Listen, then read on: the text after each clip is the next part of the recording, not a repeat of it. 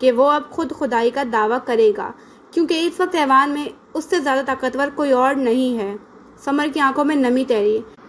یہ سب اس کی برداشت سے باہر جانے لگا تھا۔ پھر اگلے ہی پل وہ تیزی سے اٹھا اور جانے کے لیے آگے بڑھا۔ تب کیسپر نے اس کے کندھے پر ہاتھ رکھ کر اسے روکا تھا۔ وہ پلٹا کیسپر کی جانب، اور کیسپر کے دیکھتے ہی دیکھتے اس کی بائیں آنکھ سے آنسو گرا، اور اگلے ہی لمحے نہ جانے کس خیال کے تحت وہ کیسپر کے گلے لگا تھا۔ وہ بھائی ہے ہمارا۔ اس کی آنکھوں سے متواتر آنسو بہہ رہے تھے۔ کیسپر نے ایک پل کے توقف کے بعد اس کے کندھے پر ہاتھ پھیلایا۔ لیانا بھی اپنی نشست سے کھڑی ہوئی تھی۔ سمر کو یوں دیکھنا ان دونوں کے لیے ہی آسان نہ تھا۔ اگر اسے نہ روکا تو کچھ باقی نہیں رہے گا، کیسپر آہستگی سے کہہ رہا تھا، گویا اسے دلاسا دے رہا ہو، مگر الفاظ دلاسا دینے والے نہ تھے۔ I am sorry. سمر اگلے ہی پل اس سے الگ ہوا اور بنا کسی کی جانب دیکھے باہر نکل گیا۔ پیچھے کیسپر اور لیانا نے خاموش نظروں کا تبادلہ کیا تھا۔ سمر وہاں سے باہر نکلا۔ چند پل یوں ہی خاموشی کی نظر ہوئے، اور پھر وہاں آمد ہوئی داروکا کی، جسے دیکھ کر لیانا کے ذہن میں جو پہلا چہرہ آیا تھا وہ جاباز کا تھا۔ آخر کیسے بتائے وہ داروکا کو کہ اس کا بیٹا اس دنیا میں نہیں رہا؟ ایک بوجھ سا یکدم اس کے کندھوں پر آ گرا تھا۔ کیا سوچا ہے تم لوگوں نے پھر؟ داروکا نزدیک آ کر رکا تھا۔ ان دونوں کے جن کے چہرے اسے دیکھ کر کچھ بجھ سے گئے تھے۔ بے فکر رہو، دیکھ آیا اس کی قبر۔ انہیں خاموش پا کر دوبارہ کہا، اور اس کا یہ جملہ ان دونوں کو اپنی سماعت چیرتا محسوس ہوا۔ کس کی؟ لیانا کے حلق سے بمشکل آواز نکلی۔ اسی کی جس کی موت کی خبر تم دونوں مجھے نہیں دے پا رہے تھے۔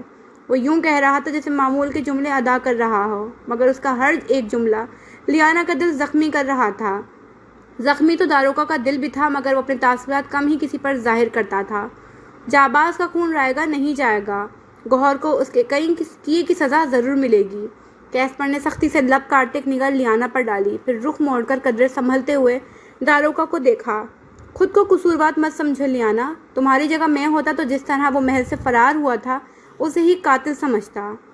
اسے کافی دیر سے خاموش پا کر اب داروکا اس کے نزدیک آیا تھا۔ ویسے بھی آج نہیں تو کل تسبیل جاباز کو۔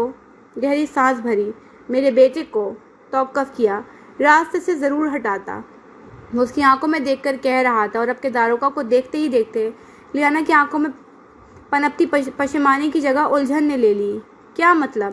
وہ پوچھے بنا نہ رہ سکی۔ تم دونوں کو کیا لگتا ہے، یہ جانتے ہوئے بھی کہ جاباز میرا بیٹا ہے، رشائل نے اسے کیوں اپنا وزیر رکھا ہوا تھا؟ کیا صرف اس لیے کہ اس نے اس کا اعتماد جیت لیا تھا؟ داروکا نے کہا، اور قدم قدم چلتا ہوا اس کرسی پر جا کر بیٹھا جس پر کچھ دیر پہلے سمر براجمان تھا۔ حاکم جیسا شخص کسی پر بھروسہ کرے گا؟ واقعی؟ لیانا نے تنفر اور استحضاء سے کہتے سر جھٹکا۔ یہ شاید وجہ داروکا کے خاندان میں نسل در نسل چلا آتا وہ خاص جادو تھا۔ کیسپر نے ایک بار پھر پیچھے کو ہوتے اسی دیوار کے ساتھ پشت ٹکائی جس دیوار کے ساتھ لگ کر وہ سمر کی موجودگی میں کھڑا تھا۔ البتہ اب کے لہجے میں دلچسپی کا عنصر بھی شامل تھا۔ جہاں لیانا کو اس کے جملے نے حیرت میں مبتلا کیا، وہیں داروکا نے بھی ایک بھرپور نظر اس پر ڈالی۔ یہ جملہ شاید اس کی توقع کے برعکس تھا۔ تمہیں کیسے پتا؟ لیانا نے اپنی حیرت چھپانے کی کوشش بالکل نہ کی، جبکہ داروکا نے اپنی حیرت ظاہر نہ کرنے کا ارادہ کرتے ہوئے کوئی سوال نہ کیا تھا۔ جس عجیب ملک میں ہم رہ رہے ہیں وہاں آ کر میں کم از کم اپنی آنکھیں اور کان بند نہیں کر سکتا تھا، جبکہ مجھے علم تھا کہ ہم پر کسی بھی وقت کہیں سے بھی کوئی بھی حملہ کر سکتا ہے۔ کیسپر نے ہلکے پھلکے انداز میں کہتے شانے اچکائے۔ آپ میری سوچ سے زیادہ سمجھدار ہیں۔ داروکا اس سے متاثر ہوئے بنا نہ رہ سکا۔ بالکل۔ لیانا نے دانت پیسے، اور اس کے اس جلے کٹے انداز پر کیسپر کے چہرے پر لمحاتی مسکراہٹ ابھری۔ خیر، شہزادے شازم درست ہیں۔ دراصل ہماری نسبت ان لوگوں سے ملتی ہے جو ایوان میں سب سے پہلے جادو میں ماہر ہوئے۔ داروکا نے باری باری دونوں کو دیکھتے دوبارہ بات کا آغاز کیا۔ وہ کل 5 افراد تھے جنہوں نے مل کر ایک خاص جادو ترتیب دیا تھا، ایوان کی تاریخ کا سب سے زیادہ طاقتور جادو، مگر ان کے جادو بنا لینے کے کچھ ہی عرصے بعد ایوان میں خطرناک وبا پھیلی، اور ان 5 میں سے 4 افراد چل بسے، اور باقی رہ جانے والے ایک شخص نے اس جادو کو اپنے اندر سما لیا۔ اسی شخص کی نسل آگے بڑھتی گئی اور جادو ایک سے دوسرے میں منتقل ہوتا گیا۔ تم لیانا ہمیشہ حیران ہوتی تھی میرے جادو کی وسعت دیکھ کر، تو وہ جادو مجھے بھی ملا تھا، اور یہ اسی کی اثرات ہیں جو میرا جادو ایوان کے باقی لوگوں سے مختلف ہے، کیونکہ ایک وقت تھا جب میرے پاس نہ صرف ایوان کے لوگوں کی طرح جادو تھا بلکہ اپنا نسلی جادو بھی تھا۔ آپ کے مطابق وہ ایوان کا سب سے طاقتور جادو تھا۔ پھر 30 سال پہلے ہی آپ نے حاکم کو کیوں نہیں روکا داروکا؟ داروکا کی بات ابھی درمیان میں ہی تھی جب لیانا نے تیزی سے اسے بیچ میں ٹوکا۔ کیونکہ جس شخص کے پاس الٹیمیٹ پاور ہوتی ہے لیانا، اس کے بچے کی ولادت کے ساتھ ہی اس کی طاقت اس کے بچے میں منتقل ہو جاتی ہے اور اس کی اپنی پاور رفتہ رفتہ مدھم پڑنے لگتی ہے، اور اس وقت داروگا کے بچے کی ولادت ہو چکی تھی۔ کیسپر کے الفاظ پر ان دونوں نے پھر نظر اٹھا کر اسے دیکھا۔ داروگا کو لفظ الٹیمیٹ پاور سمجھ نہ آیا، مگر اس کی بات کا مفہوم وہ ضرور سمجھ گیا تھا۔ مگر نہ جانے کیوں کیسپر کے آخری جملے نے داروگا کے گلے میں گلٹی سی ابھاری۔ مگر حاکم نے کبھی اس جادو کو حاصل کرنے کی کوشش کیوں نہ کی؟ اسے تو ہر طاقتور جادو تک رسائی بنانی تھی۔ لیانا کے ذہن میں اب بھی بہت سوال تھے، کیونکہ وہ جادو ہمارے نصف کے لوگوں کے علاوہ کسی اور کو کبھی نہیں مل سکتا۔ میرے دادا سے میرے باپ میں منتقل ہوا، میرے باپ سے مجھ میں اور آپ سے جاباز میں۔ لیانا نے پھر اس کی بات کاٹی۔ یہی وجہ تھی جو حاکم نے اپنے دھوکے کے بعد جاباز کو آپ سے بزن کر کے پہلے اپنے محل میں جگہ دی، پھر اس کے اپنے پیروں پر کھڑے ہوتے ہی اسے اپنا وزیر مقرر کر لیا۔ جاباز ویسے بھی آپ کی بجائے حاکم کو ٹھیک سمجھتا تھا، اور حاکم یہی تو چاہتا تھا کہ وہ خاص جادو جو اپنی طاقت کے لحاظ سے اس کے لیے خطرناک ثابت ہو سکتا ہے، وہ جس کے پاس ہے وہ شخص اس کے سامنے ہی رہے۔ Keep your friends close and your enemies closer. کیسپر کا جملہ بے ساختہ تھا۔ لیانا نے گردن کو اس بات میں خم دیا، پھر دوبارہ بولی، حاکم نے تو جاماز کو کچھ نہ کیا کیونکہ وہ اس کے کنٹرول میں تھا، مگر اس بات کو جان لینے کے بعد، جیسے کہ آپ نے بتایا، آج نہیں تو کل گوہر جاباز کے قتل کا ارادہ ضرور کرتا۔ پر میں نے کبھی جاباز کے جادو میں وہ بات نہیں دیکھی، داروگا، جو آپ کے جادو میں ہے۔ اور پھر جاباز کے پاس الٹیمیٹ پاور تھی تو وہ خود کی حفاظت کیوں نہ کر سکا؟ لیانا کا سوال عام تھا، پر نہ جانے کیوں داروگا کی زبان پل بھر کو سل گئی تھی، گویا اس بات کا جواب کٹھن ہو۔ کیسپر نے بغور داروگا کو انداز دیکھا، پھر لیانا کی جو منتظر نظروں سے داروگا کو تک رہی تھی۔ کچھ کھٹکا تھا ان دونوں کو اس پل یہاں۔ دراصل ایوان کے دوسرے جادو کی طرح یہ خاص جادو بھی ہمیشہ اسے اپنے وارث کے اندر رہتا ہے، مگر عمر کے حساب سے 3 کی صف میں آنے کے بعد ظاہر ہونا شروع ہوتا ہے، اور داروگا کا انداز مبہم سا تھا۔ ان دونوں نے آج سے پہلے داروگا کو یوں بات کرتے کبھی نہیں دیکھا تھا۔ وہ جواب دینے میں ہمیشہ سے بہت صاف گو رہا۔ اور لیانا نے سوالیہ آئیبرو چکائی۔ جاباز کی عمر تو 30 سے زیادہ تھی داروگا، کیا جاباز واقعی الٹیمیٹ پاور کا وارث تھا؟ کیسپر کا سوال کافی کڑا تھا۔ مجھے لگتا ہے اس وقت ہمیں اپنے حالیہ مسئلے پر غور کرنا چاہیے، کوئی منصوبہ بنانا تھا نا ہمیں۔ آپ جواب نہیں دینا چاہتے؟ لیانا نے عام سے انداز میں پوچھا۔ میں جواب نہیں دینا چاہتا، داروگا نے نظر چرائے بنا اٹل لہجے میں کہا۔ کچھ دیر پہلے والی جھجک اب غائب تھی، وہ پھر وہی داروگا بن گیا تھا۔ بہتر، ہم اپنے منصوبے کی طرف آتے ہیں۔ لیانا نے گہری سانس بھری اور کیسپر کو دیکھا، جس نے بھی سر کو اس بات میں ہلکی سی جنبش دی تھی، گویا کہہ رہا ہو کہ ہمیں واقعی اس وقت حالیہ مسئلے پر غور کرنا چاہیے۔ پھر چند پل یوں ہی خاموشی کے نظر ہوئے اور کیسپر نے کھنکار کر گلا صاف کرتے بات کا آغاز کیا۔ سب سے پہلے ہمیں منصوبہ۔ سب سے پہلے ہمیں گوہر کے سامنے معمول کے مطابق برتاؤ کرنا ہے، جیسے ہم کچھ نہیں جانتے۔ منظر تھا طعام کھانے کا، جہاں اس سمے کھانے کی میز طرح طرح کے پکوانوں سے سجی تھی۔ لیانا، کیسپر اور سمر اپنی اپنی کرسیوں پر براجمان تھے۔ انتظار تھا تو گوہر کی آمد کا۔ کچھ پل گزرے اور گوہر طعام کھانے میں داخل ہوا، تمکنت کے ساتھ۔ آج اس کا انداز کافی مختلف اور مغرورانہ تھا۔ گوہر سربراہی کرسی پر براجمان ہوا، کیسپر اور لیانا اسے دیکھ کر مسکرائے، مگر اگلے ہی پل سمر تیزی سے اپنی نشست چھوڑ کر کھڑا ہوا اور وہاں سے نکل گیا۔ طعام کھانے میں گہری خاموشی نے بسیرا ڈال دیا تھا۔ پس منظر، داروگا، اب آپ یہاں کے وزیر ہیں، وہ آپ کی حقیقت نہیں جانتا، اسی لیے اس موقع سے فائدہ اٹھائیں، اس کے ساتھ اس کا بازو بن کر رہیں اور ہر چیز پر کڑی نظر رکھیں۔ حال دربار کے برخاست ہوتے ہی گوہر وہاں سے نکلا۔ داروگا کو اس کے پیچھے دائیں طرف چل رہا تھا۔ وہ تیز تیز آگے بڑھتا ایک راہداری میں آ کر ٹھہرا اور ہاتھ کے اشارے سے داروگا کو جانے کے لیے کہا۔ داروگا بنا کچھ کہے اس بات میں سر ہلاتا جانے لگا۔ جب گوہر نے پلٹ کر ایک نظر اس پر ڈالی، داروگا نے بھی ٹہر کر اسے دیکھا تھا، پھر اس کی نظروں کا مفہوم سمجھ کر جھک کر اسے سلام کیا۔ گوہر کے لبوں پر فاتحانہ مسکراہٹ ابھری۔ اگلے ہی پل وہ اسے نظر انداز کرتا وہاں سے نکلا، جبکہ داروگا چند قدم آگے لیتا ایک ستون کے پیچھے جا چھپا اور گوہر کے کچھ دور جانے کے بعد ستون کے پیچھے سے نکل کر اس کے تعاقب میں قدم آگے بڑھائے۔ اب وہ گوہر کو ایک اندھیرا راہداری میں گم ہوتا دیکھ سکتا تھا۔ یہ تو محل کا پرانا قید خانہ ہے، یہ پہلا جملہ تھا جو اسے وہاں جاتے دیکھ داروگا کے منہ سے نکلا تھا۔ پس منظر، آپ کو کچھ بھی مشکوک لگے تو آپ اس واقعے کی تہہ تک جائیں گے۔ حال داروگا تب تک وہاں جمع رہا جب تک گوہر کو باہر آتا نہ دیکھ لیا۔ کچھ دیر بیتی، اب کہ گوہر باہر آیا تھا۔